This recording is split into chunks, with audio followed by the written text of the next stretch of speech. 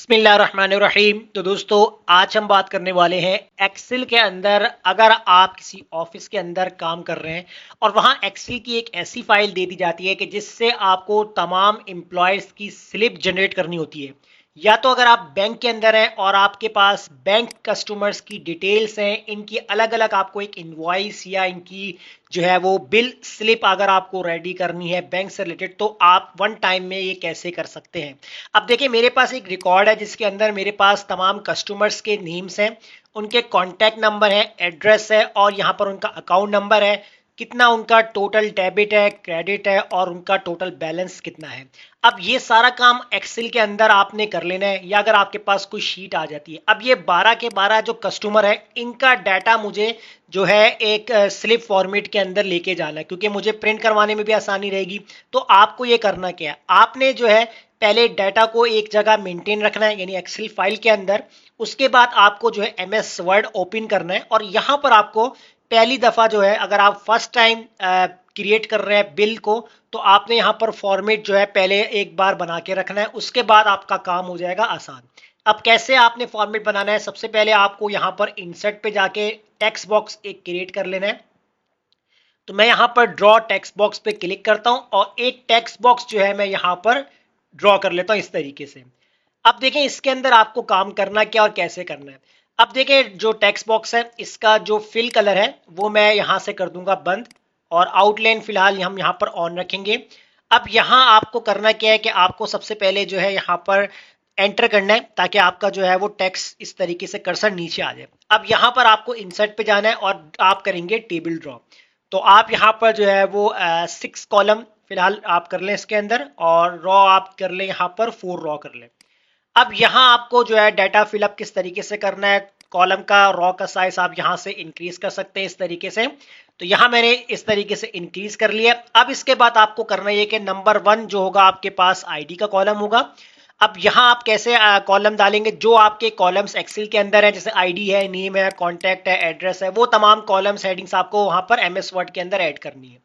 अब सेल हम छोड़ देंगे, सेकंड सेल पे आएंगे यहाँ पर, और यहाँ पर हम टाइप करेंगे नेम। उसके बाद हम आएंगे नेक्स्ट सेल पे और यहाँ पर हम टाइप कर देंगे कॉन्टैक्ट। तो ये हमारे पास आ जाएगा कॉन्टैक्ट। उसके बाद हम आएंगे यहाँ पर इस वाले सेल के अंदर और यहाँ पर हम ऐड करेंगे एड्रेस, और इन दोनों सेल को हम यहाँ पर सेलेक्ट करते हैं और इनको हम कर देंगे मर्ज। लेआउट पे जाएंगे और यहाँ पर हम करेंगे इनको मर्ज सेल। इस तरीके से यहाँ पर आते हैं और यहाँ पर हम टाइप करते हैं अकाउंट नंबर, और इन दोनों सेल के साथ भी हमने यही काम करना है, इनको हम कर देंगे मर्ज कर देंगे। नेक्स्ट सेल के ऊपर आते हैं, यहाँ पर आपको जो है वो आपके टोटल डेबिट्स और टोटल क्रेडिट्स आपको यहाँ पर निकालने हैं। तो आपने यहाँ पर इन दोनों सेल्स को सेलेक्ट किया और इसको आपने किया मर्ज, और यहाँ पर आपने टाइप कर दिया टोटल डेबिट्स। और इसके बाद फिर आप आएंगे यहाँ पर, इन दोनों सेल को आपने सेलेक्ट करके मर्ज करना है और यहाँ पर आपने टाइप कर देना है टोटल क्रेडिट।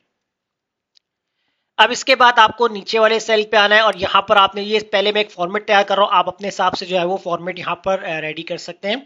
तो अब यहाँ पर आपको जो है वो बैलेंस देखना है, तो इन तीनों सेल को सेलेक्ट करके मर्ज कर दें और यहाँ पर आपने जो है वो बैलेंस टाइप कर लेना है और इनको भी आपने मर्ज कर देना है। अब इनके अलाइनमेंट जो भी है आपको सेट करनी है, आप अपने हिसाब से सेट कर सकते हैं। तो मैं यहाँ पर इनको कर दूंगा सेंटर कर दूंगा, और साइज हम यहाँ पर बढ़ा सकते हैं, अगर आपको बढ़ाना है, बोल्ड करना है बोल्ड कर सकते हैं इस तरीके से। और टॉप पर अब आप आ जाए, यहाँ पर कर्सर आप सेंट्राइज कर दीजिएगा और यहाँ पर आपने हेडिंग डाल देनी है कस्टमर कॉपी। तो एक हम यहाँ पर कस्टमर कॉपी जो है वो जनरेट करेंगे, इसका जो है वो साइज हम बढ़ा लेते हैं। फॉन्ट वगैरह जो आपको चेंज करना है वो आप चेंज कर सकते हैं इस तरीके से।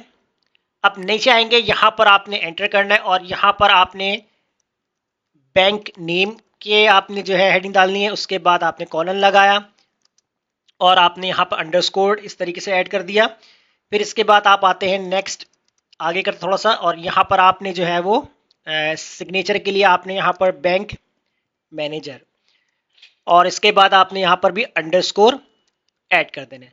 तो ये आपके पास एक बिल फॉर्मेट यहाँ पर रेडी हो जाएगा। अब इसके अंदर आपको एंट्री कैसे करनी है वन टाइम। अब आपके पास जो है यहाँ पर क्या काम करना है, अब मैंने यहाँ पर जो है वो एंट्री किस तरीके से करें। सबसे पहले आपको एक्सेल की जो फाइल है वो आपने सेव कर लेनी। जैसे मैंने यहाँ पर डॉक्यूमेंट्स के अंदर अपनी फाइल को सेव करके रखा हुआ है, तो आपने फाइल को सेव कर लेना है। उसके बाद आपने जो है वो कर्सर यहाँ रखना है इस वाले सेल के अंदर।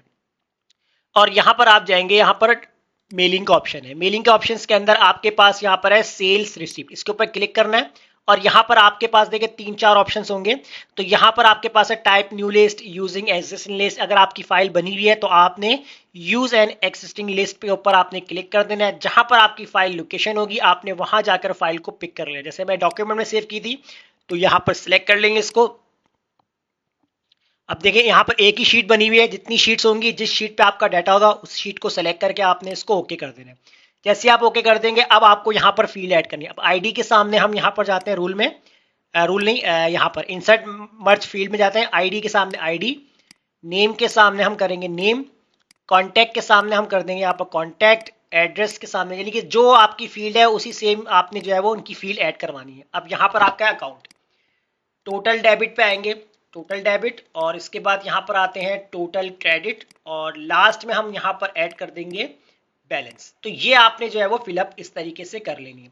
अब देखिए ये जो है आपके पास जो फील्ड ऐड हुई है ये हम इसको चेक कर लेते हैं कि ये सही भी है कि नहीं सही है। तो आपने यहाँ पर प्रीव्यू रिजल्ट पे क्लिक करना है। तो देखें यहाँ पर नंबर 1 आईडी लिखा हुआ है, नेम अहमद है, contact, account number, address block ए। तो आप वेरीफाई कर सकते हैं, आपको मैं दिखाता हूँ स्क्रीन पर, आप चेक कर सकते हैं। नंबर 1 अहमद लिखा हुआ है, कॉन्टैक्ट ब्लॉक ए, अकाउंट नंबर, ये तमाम डिटेल्स आ रही है। इसके बाद अगर आप यहाँ पर जितने भी जनरेट करेंगे तो आप इसको इजिली मैच कर सकते हैं। अब हम क्या करते हैं, यहाँ पर इसकी एक कॉपी निकाल लेते हैं। तो मैं यहाँ पर कंट्रोल को होल्ड करके रखूंगा, क्लिक करके मैं माउस से नीचे लेके आ जाऊंगा टेक्स्ट बॉक्स को, और इसके बाद जो है यहाँ पर हम थोड़ा सा गैप कर देते हैं, और यहाँ पर अब हम हेडिंग डाल देंगे बैंक कॉपी। तो एक हमारे पास हो जाएगी कस्टमर कॉपी और एक हो जाएगी हमारे पास यहाँ पर बैंक कॉपी। तो ये इस तरीके से सील आपकी ऐड हो जाएंगी। अब इसके बाद आपने जो है वो जितने एम्प्लॉयज के जो आपने डाटा रखे थे 12 है, तो अब 12 जनरेट कैसे होंगे, आपने जाना है यहाँ पर फिनिश एंड मर्ज पे, इसके ऊपर आपने क्लिक करना है और आप जाएंगे एडिट इंडिविजुअल डॉक्यूमेंट्स पे क्लिक करना है।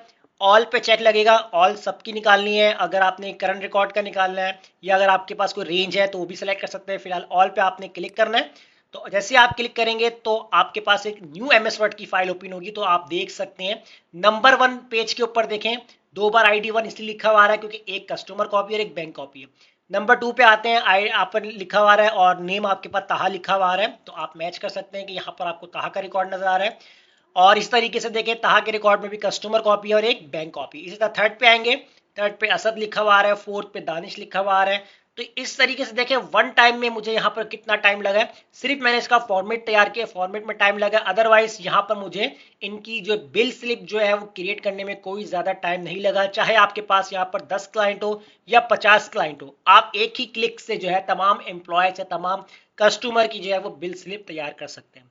तो उम्मीद करता हूँ आज का टॉपिक आपको जो समझ में आ गया होगा। वीडियो अच्छी लगी लाइक कीजिए, फ्रेंड्स में शेयर कीजिए और हमारे चैनल को सब्सक्राइब करना मत भूलिएगा। मिलते हैं नेक्स्ट वीडियो में, शुक्रिया।